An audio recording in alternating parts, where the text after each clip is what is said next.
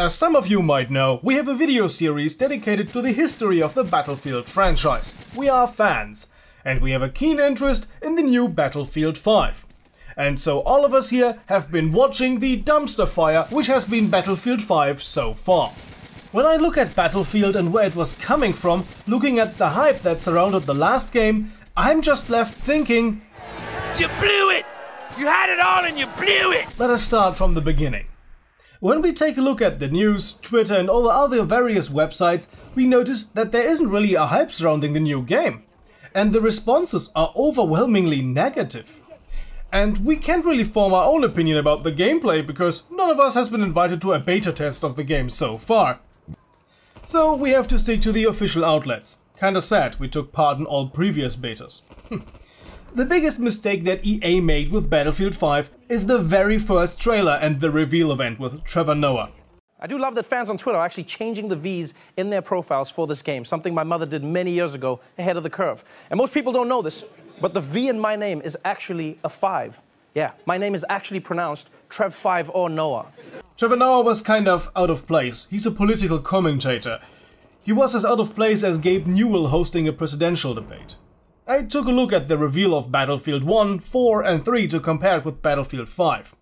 When one thinks of Battlefield, one thinks of big battles, combined arms combat, planes, tanks, infantry, total chaos, destruction and mayhem. The reveal trailer for Battlefield 5 looked like a scene from a co-op campaign, a scripted sequence, a pre-planned choreography, no organic gameplay. It takes almost 1.5 minutes until they present the viewer with real multiplayer gameplay, which is the core of the franchise. In comparison, Battlefield 1 had a fast-paced trailer, a well-known song that provided the scenes with an energetic atmosphere, and you couldn't immediately tell whether this is single-player or multiplayer. Well, in retrospect you can, but back then, no. And while we are talking about music, where the fuck is it? In the Battlefield 5 reveal trailer, you cannot hear anything but a few notes of the original theme that are blaring up here and there, as if they were coming from a vehicle's radio. The original song would have been the best choice, a game that goes back to the Second World War using a remastered version of the original Battlefield 1942 score. The fans would have gone crazy. The trailer's focus was off. It didn't focus on multiplayer or new gameplay features. No, the core was player individualization. The first thing you see is stuff laying on a tank, followed by a dead man falling over said tank. The camera moves up, setting the focus on 3 Braveheart cosplayers with blue face paint who went to the wrong reenactment show but decided to take part in the action anyways. One of the cosplayers also wanted to attend a Star Trek convention later that week and already had a prosthetic arm installed. Is this the famous Battlefield feeling? And please don't tell me to look at the trailer frame by frame. First of all, I want to be wowed by a trailer and not look at it with a microscope, and second, when I take a closer look, it gets worse. Is there a tank pulling an anti-aircraft gun on a trailer and they are firing on the move? Is this Battlefield Heroes? Judging by the bright LSD trip color scheme? Yeah, it is. EA and DICE apparently do not understand what makes Battlefield great. It was never important how you looked like. Player individualization was never something people really cared about. It is only a way to further monetize the game in a time where microtransactions have gotten a really bad rap. Cosmetics are currently the only barely acceptable way to sell you more shit for a premium game. The game and its trailer should be about gameplay. Show the team cooperation possible and the feeling, get the feeling of the game across. But what did we expect? It's EA, the same company that constructed Battlefront 2 around gambling mechanics. Hey, you can customize your appearance! Yes, and will there be new weapons? Maybe a German paratrooper rifle? Will the commander class make a return? You can even play as a woman! Aren't we progressive? Yes, that's wonderful. But what about gameplay? Which classes will be in the game? You can even play as a black man and paint him blue! Yeah, nice, I guess. I know, I'm strawmanning. But that is the impression I get from them, especially when I look at their responses to the responses from the community. I'm really not feeling very charitable towards them. The negative responses are separated into different angles. There are those who don't mind the fact that you can play as a cyborg woman or a black Japanese man with a mohawk and blue face paint, because they file it under silly microtransaction stuff they're not going to buy. Another camp was about getting ripped out of the immersion. Yes, we know Battlefield was never realistic. But there is a difference between realistic gameplay and a realistic setting. If I can b-hop in Counter-Strike, that takes me less out of the immersion than playing on a Tron-themed map, or when all of a sudden a clown player model runs around.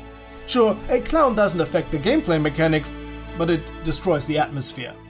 And a British woman in what appears to be France with a metal arm, a cricket bat and anti-camouflage face paint is the World War II game equivalent of a clown in Counter-Strike.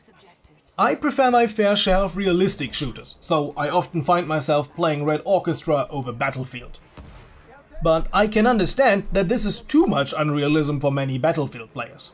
I remember watching German GameStar magazine's stream of the Battlefield 5 reveal, and even they complained about women taking them out of the immersion. By the way, that is an opinion that you won't hear from many mainstream English language gaming outlets. There really were women in World War II fighting on the front lines. So why are you not showing us those that really existed, instead of going on a remarkably counterproductive tirade on how your audience is uneducated? Sutherland, the now former chief creative officer, insulted the fans and invoked the woke 8-year-old meme. He told us about a conversation he had with his daughter. She plays Fortnite, and she says, "I can be a girl in Fortnite. Why are people so upset about this?" She looked at me and she couldn't understand it. And I'm like, okay, as a parent, how the hell am I gonna respond to this? And I just said, you know what? You're right, this is not okay. I guess then everyone around him stood up and applauded. Yeah, I'm sure this happened that way. As far as I know, there will be a single-player campaign focused on a female resistance fighter. Great! That is realistic. So why did we see a cricket bat swinging amputee in the trailer? Why not some fine Russian ladies operating a bomber aircraft or occupying machine gun positions? That would have been realistic. Your audience is not historically illiterate. You would have gotten applause from all sides, the progressive gaming outlets and the historically minded player base. Instead, you went at it with a crowbar and just stuffed it all in there. Hello, old friend. Yeah, laziness, we meet again. The back then chief creative officer put the cherry on top of the cake with his now famous statement, "You have two choices, either accept it or don't buy the game." Yeah, and you all know the outcome of that. Get woke, go broke. Funny how all of a sudden he left the company, probably to play some Fortnite. Pissing off your audience isn't a good idea, for some reason they didn't think of that. The gamers I have met are overall a rather liberal bunch of people. And by liberal, I mean they are tolerant, and not what SJWs made out of the term liberal. Most of us still remember what the establishment was saying about us not too long ago. Gamers as a whole never had an issue with female protagonists, black protagonists, and so on. If there's a reason for the character to be who he or she is, everyone loves it. Grand Theft Auto San Andreas would have been pretty strange with a white guy. One of my favorite pastimes is playing co-op Half-Life DK on the PlayStation 2 with a friend. Two boys playing as female protagonists, and we didn't think anything of it. We could identify with these characters, they suit the story, they are believable. What most people get annoyed by is when you shoehorn in diversity. The people writing articles about how your games are not diverse enough are not the ones buying your games. Most actual players, no matter where they stand politically, left or right, roll their eyes when they read headline after headline about how horrible they are and how games they just enjoy the way they are need to change to appeal to a group that is not enjoying games in the first place. Nobody likes SJWs, and most people on the politically left don't like SJWs. Just as much as most people on the right didn't like conservative moral busybodies telling you that Grand Theft Auto destroys the moral fabric of America. This is a sentiment shared by everyone I talked about it with.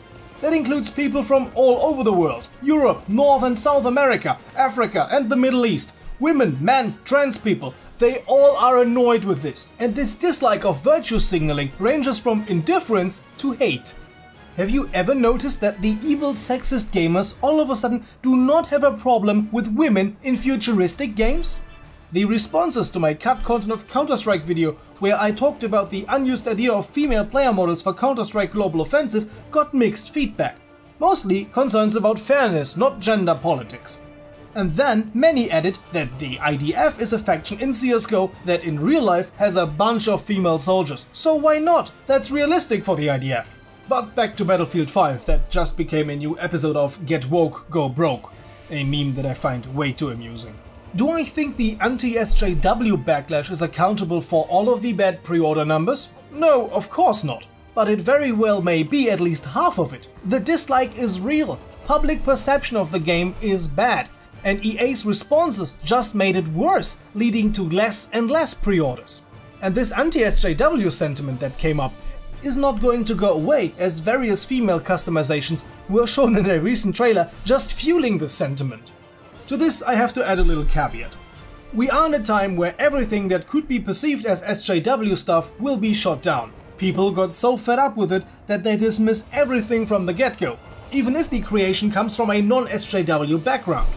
More than often, gaming outlets with heavy social justice narratives try to spin politically neutral features of a game in their favor, thereby tainting it for everyone else. But just because SJWs claim something, it does not have to be theirs.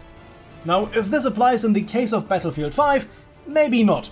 Especially after reading the former creative director's statements. They are pretty social justice-y. The other thing that drives down sales is EA's poor timing. Releasing Battlefield between Call of Duty, that for some reason got a lot of people really excited this time, and Red Dead Redemption 2, that being one of the biggest games on the horizon, well, bad idea. And then people still remember it is EA, the company that fucked up 2 Battlefront games in a row. They shot themselves in the foot massively. Not just with a pistol, they took a shotgun to their own feet. Poor timing, a bad track record, and pissing off a huge chunk of the fanbase. You have a tough nut to crack there, EA. And you know what is the sad thing about this whole debacle? The gameplay itself doesn't look too shabby. It looks promising in many regards. Many good ideas and features. A certain back to the roots feeling is coming up. If you enjoyed Battlefield 1, you will probably like this game. And other than Battlefield 1, automatic weapons make sense here. If they would have released the second trailer first, the devastation of Rotterdam, reactions would have been different, otherworldly, a difference like day and night. If they included female player models as if it was the most normal thing of the world and not made it the center of attention, it would have all gone over smoothly. But they decided to virtue signal with their first trailer how progressive and inclusive they are. As they put it, stand on the right side of history. Doesn't that just sound horribly snobbish? Battlefield may not fail on account of its gameplay. It may just fail by disastrous marketing and horrible public relations. Accept it or don't buy it. The best marketing slogan ever. What do you think? Do you think it is possible for Battlefield 5 to make a comeback once the game is released and has to stand on its merits? Tell us in the comment section down below.